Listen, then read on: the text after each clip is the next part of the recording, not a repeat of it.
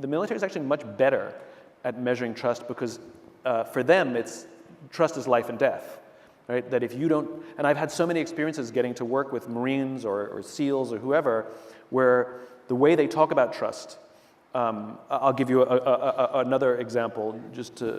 So I had the opportunity to visit Quantico, which is where the Marine Corps selects its officers.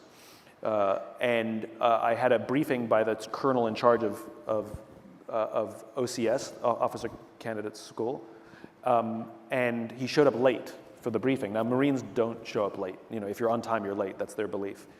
And he showed up late. And he said, "I'm terribly sorry. We've had an incident on base that we're considering throwing out one of our students, ending their career, throwing them out of the Marine Corps." And of course, Curious George here is like, "What happened?" You know? And he said to me, he fell asleep on watch. And I said, "That's it?" Like, he fell asleep on watch in the woods of Virginia, and you're going to throw him out of the Marine Corps? And you guys are pretty tough. He said, "No, you don't understand." He said, "When we asked him about it, he denied it. When we asked him about it again, he denied it again. And when we gave him irrefutable proof, then he said, 'I want to take responsibility for my actions.'" And the problem we have is you take responsibility for your actions at the time you perform your actions, not at the time you get caught.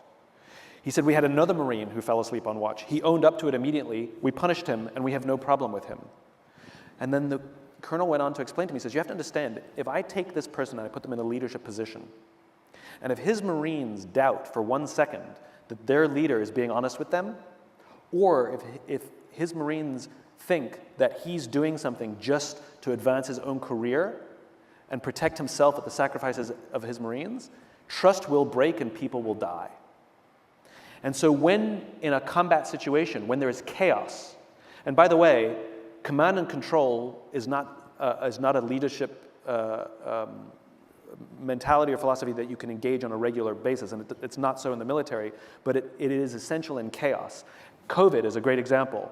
Like when we went into COVID, that was chaos. Every plan went haywire, everything went haywire, and you do need leadership that does actually go into command and control.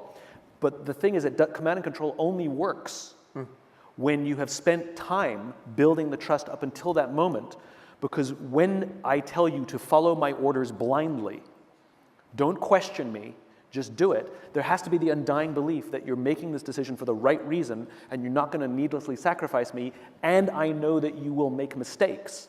So the Marines know that mistakes will get made and people will die because of those mistakes, but we're not doing them on purpose and we're not needlessly sacrificing people, and they will follow those orders blindly. Now that's an extreme example because it's the Marine Corps and it's life and death, but the same is true in business, which is you can't command and control all the time. That's micromanagement and that wears people out.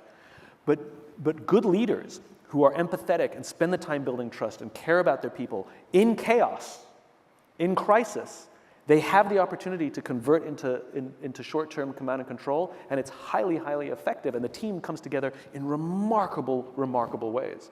But the trust has to be built first.